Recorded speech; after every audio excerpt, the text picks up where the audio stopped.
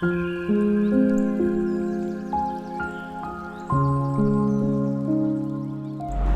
જે એરિયામાં કામ કરી રહ્યા હતા ને એ આરએચ એટલે રેસિડેન્શિયલ અફોર્ડેબલ હાઉસિંગનો એરિયા હતો.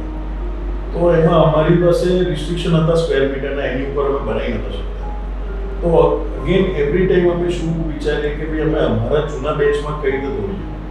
તો અમે આ ગરમીના મહિનામાં પછી નવા બે પ્રોજેક્ટ લઈને આવ્યા, કવિશા અમારા અને Kavisha April, which was almost like 3 months away. But એમાં અમે બે ફીચર નવા આપ્યા. That those two features was very unique. So previously nobody was giving a full length balcony. So in Amara area we introduced 10-feet balcony.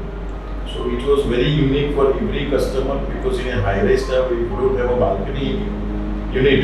So we don't enjoy that much. અને બીજું એક feature નવું લઈને આવ્યા. કદાચ તમને ખ્યાલ હોય તો આપણા જૂના ઘરોમાં ઝરૂખા નામની એક સિટિંગ કાઇન્ડ ઓફ સ્પેસ રહેતી.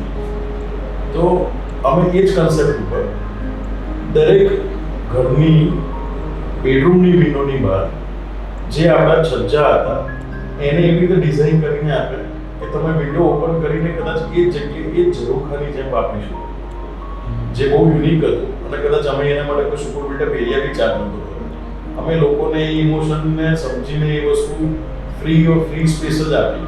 બટ આજે એ બી નાની જગ્યામાં ખાલી સવારે સ્ટૂલ મૂકીને ચાબી તમે પી શકો ને તો માણસને મજા આવે. અમારા એ યુનિટ પ્લાનિંગમાં અમારી માટે એરિયા રેસ્ટ્રિક્શન હતું.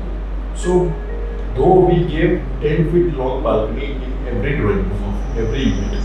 બટ અમારે એવું હતું કે પછી બેડરૂમ માટે શું કરીએ? જો બેડરૂમમાં બી બાલ્કની મૂકવા જઈએ તો બેડરૂમ્સની સાઇઝ નાની થઈ જતી. તો અમે એવું વિચાર્યું કે આ ઝરૂખાવાળી સિટિંગ જો અમે દરેક બેડરૂમમાં કરી દઈએ તો પછી ચારે ડ્રોઈંગ રૂમ અને 3 બેડરૂમ, ચારે ચારમાં બાલ્કની થઈ ગયું થઈ જાય.